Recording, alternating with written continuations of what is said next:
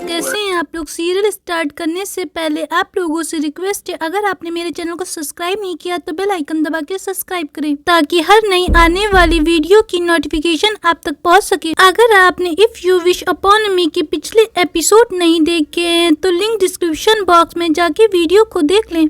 Episode की शुरुआत में हम देखते हैं लोनशॉक लू ग्योराई को पीट रहा होता, तभी यूनो उससे कहता है कि तुम इसे नहीं मार सकती क्योंकि ये मेरा बेटा है। फिर लू ग्योराई को नहीं पीटता है। ग्योराई अपने फादर से कहता है कि आपने कहा था अगर मैं ताइसी को पुलिस से पकड़वा दूंगा तो आप हॉस्पिटल छोड़कर चले जाएंगे। ग्योराई अपने फादर से कहता है आपको मॉर्फिन और पैसे यहीं पर छोड़कर जाने होंगे और मैं भी आपके साथ चलूंगा। ये सुनते ही सभी लोग उसको मना करने लगते और कहते तुम हमारे लिए ऐसा नहीं कर सकते हो। तो ग्योराई ताइसिक से कहता है मैं ये सब इसलिए कर रहा क्योंकि मुझे पता चल गया मेरे फादर ज्यादा पावरफुल है। देखो ये मुझे मारता रहता था लेकिन मेरे फादर के कहने पे अब ये मुझे नहीं मार रहा है। ग्योराई यहाँ पे लू की बात कर रहा होता है। ये सुनने के बाद यूनो काफी खुश होता और वो अपने बेटे को अपने साथ चलने के लिए कहता है। तभी वहाँ पर पुलिस आने लगती है। ताइसिक उसे रोकने लगता और कहता है तुम हमारी वजह से अपनी लाइफ नहीं खराब कर सकते, लेकिन ग्योराई उनकी एक भी बात नहीं सुनता और अपने फादर के साथ चलने के लिए बोलता है। फिर यूनो ताइसिक के पास आता और उससे कहता है देखा खून का रिश्ता यही होता है, तुमने उसको मुझसे बचाया लेकिन आज आखिर में उसने मुझे ही चूज किया।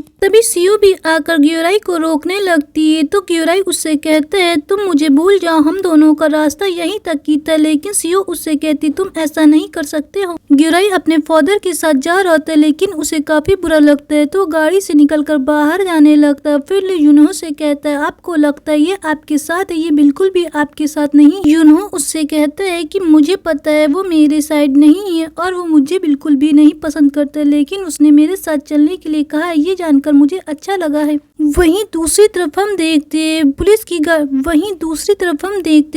गाड़ी में पुलिस नहीं बल्कि ताइसिक के भिखारी फ्रेंड आए होते उसे लेने के लिए। वो उसे बताते कि ग्योराई ने उन्हें ऐसा करने के लिए कहा था। ये सुनने की बस सियो यहाँ पर ग्योराई को फोन करती और उससे कहती तुम हमारे लिए ऐसा क्यों कर रहे हो। सियो कहती तुम वापस आ जाओ, हम लोग कोई रास्ता जरूर निकाल लेंगे। तो ग्योराई कहता है मुझे अच्छा लगा कि मैं तुम लोगों के साथ रहा और वो अच्छी मेमोरीज को याद करने लगता है जो उसने हॉस्पिटल में स्पेंड की थी। ग्योराई सियो के साथ भी बीते दिनों को याद करने लगता। फिर उससे कहता है कि मेरे पास तुम लोगों की यादें बहुत सारी और उसके साथ ही मैं अपनी लाइफ स्पेंड करूंगा। फिर ग्योराई फोन कट कर देता है, पीछे देखता है जहाँ पर यूनो उसके पीछे गाड़ी लेकर आ रहा होता है। ग्योराई काफी परेशान हो जाता है, वो भागना शुरू कर देता है तो लू उसे आकर पकड़ लेता है। फिर यूनो गाड़ी से निकलकर ग्योराई को काफी बुरी तरह पीटने लगता है। वहीं दूसरी तरफ हम देखते हैं सोगजुन को जो गाड़ी में बैठा होता है, वो सारी घटना देख रहा होता है और यहाँ पर हमें एक फ्लैशबैक दिखाया जाता है। ग्योराई ने सोगजुन के पास मैसेज किया होता है कि वो उसे मार दे, मैं तुम्हें खुद को मारने के लिए दोषी नहीं मानूंगा। फिर ग्योराई यूनो को पकड़ लेता और सोगजुन देखने लगता, वो उसकी तरफ गाड़ी बढ़ाने लगता उसको मारने के लिए। सोगजुन ये करना नहीं चाहता था लेकिन वो ग्योराई की वजह से कर रहा होता और वो गाड़ी जैसे ही चढ़ाने लगता तभी वहाँ पर एम्बुलेंस आ जाती जो सोगजुन की गाड़ी पे टक्कर मार देती और ग्योराई बच जाता है।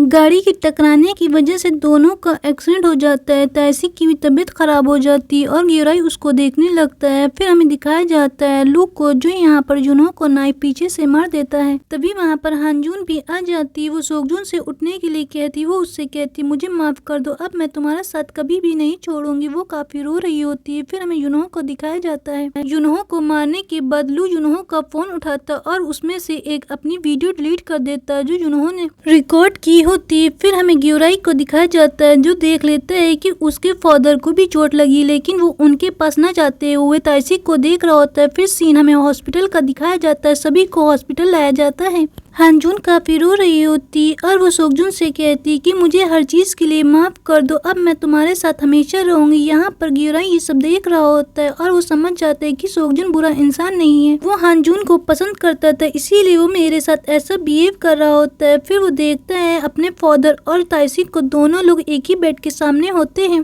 फिर हमें एक फ्लैशबैक दिखाया जाता है जहाँ पर हम देखते हैं ताइसिक के पेरेंट्स मर जाते हैं और उसे इंश्योरेंस का पैसा मिलता है तो सभी लोग वहाँ पर आते और यूनहो भी आता है क्योंकि वो उसका क्लासमेट होता है। सभी लोग बातें कर रहे होते कि ताइसिक को इंश्योरेंस के पैसे मिले, वो कितना लकी है, उसके माँ बाप आराम से ही खत्म हो गए, लोग इसके लिए बहुत जतन करते हैं। ये सारी बातें यूनहो सुन रहा होता है। फिर वो ताइसिक के पास जाता और उससे कहने लगता है कि तुम तो काफी लकी हो, तुम्हें इंश्योरेंस के पैसे मिल गए, अब तुम कोई बड़ा सा बिजनेस कर सकते हो, लोग इसके लिए बहुत मेहनत करते हैं। फिर हम देखते हैं यूनहो यहाँ पर ताइसिक से दोस्ती करने लगता और अपने साथ बिजनेस करने के लिए बोलता है, तो ताइसिक उसके साथ बिजनेस के लिए तैयार हो जाता है। फिर वो उसके ऑफिस में जाता है जहाँ पर यूनहो के पास बहुत सारे पैसे होते हैं। ताइसिक से वो कहता है कि वो उसके पैसे बहुत जल्दी डबल कर सकता है अगर वो उसके साथ पैसे इन्वेस्ट करेगा और बिजनेस करेगा। तो ताइसिक भी उसके साथ काम करने के लिए तैयार हो जाता है और दोनों की दोस्ती हो जाती है। फिर ताइसिक एक दिन आता और देखता है यूनहो एक लड़की को काफी बुरी तरह ट्रीट कर रहा है। यूनहो भी लड़कियों से सोशल मीडिया पे लाइव स्ट्रीम का काम कराता है। फिर ताइसिक देखने लगता है हर रूम में जहाँ पर सभी लोग ये काम अपनी मर्जी से कर रहे होते, लेकिन एक लड़की काफी बुरी तरह से रो रही होती। उस लड़की को रोता देखकर ताइसिक को काफी बुरा लगता और उसे समझ में आ जाता है कि यूनहो काफी बुरे काम करता है। फिर वो बाहर निकलता और पुलिस को कंप्लेन कर देता है यूनहो के खिलाफ।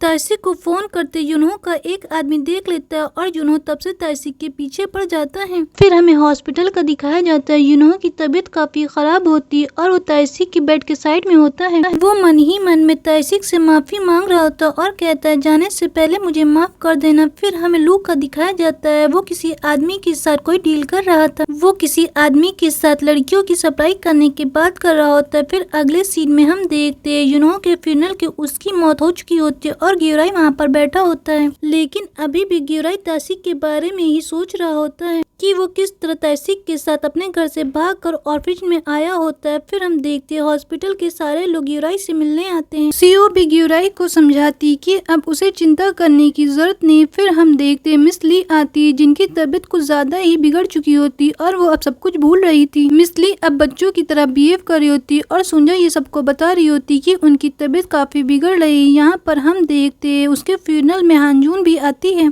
हानजून को देखकर ग्यूराई को काफी अच्छा लगता और वो फैमिली वाले फॉर्मेलिटी उससे अदा करवाता है। फिर हानजून उससे माफी मांगती है हर चीज के लिए जो उसने उसके साथ किया था। हानजून उससे माफी मांगती और उससे कहती कि मैंने तुम्हें बहुत परेशान किया और मैंने तुम्हें बहुत प्रेशर में रखा, मैं हमेशा तुम्हें धमकाती रहती थी। तो ग्यूराई भी उसे माफ कर देता है। फिर ग्यूराई उससे कहता है कि मैं तुम्हें माफ सिर्फ इस शर्त पे कर रहा क्योंकि अब से मैं तुम्हें अपनी छोटी बहन मानूंगा। ये सुनने के बाद हानजून को काफी अच्छा लगता और कहने लगती कि अब तुम्हें पता चलेगा छोटी बहन तुम्हें किस तरह परेशान करेगी। हानजून एक बार फिर से ग्यूराई से माफी मांगने लगती, लेकिन ग्यूराई उससे कहता है कि अब तुम्हें सोगजुन का साथ नहीं छोड़ना, वो तुमसे बहुत ज्यादा प्यार करता है। दोनों लोग काफी खुश हो जाते हैं। फिर अगला सीन हमें हॉस्पिटल का दिखाया जाता है। सोगजुन को पुलिस पकड़ने आती क्योंकि उसने ग्यूराई को मारने की कोशिश की थी और एक्सीडेंट होता है। ये देखकर हानजून रोने लगती तो सोगजुन उसे समझाता और उससे कहता है कि मैं जल्दी बाहर निकलूंगा और हम दोनों डेट पर चलेंगे। वहीं दूसरी तरफ हमें जिनी ग्रुप का मेंबर दिखाया जाता है जिसे जुनहो ने मारा होता है। वो अब ठीक हो चुका था। वो हॉस्पिटल की एक नर्स को पसंद करता है और उसने आज उसको प्रपोज भी कर दिया होता है। हॉस्पिटल की नर्स भी उसे हाँ बोल देती है। फिर अगला सीन हमें ताइसिक का दिखाया जाता है। वो खाना खा रहा होता है, तभी ग्यूराई उससे मिलने जाता है।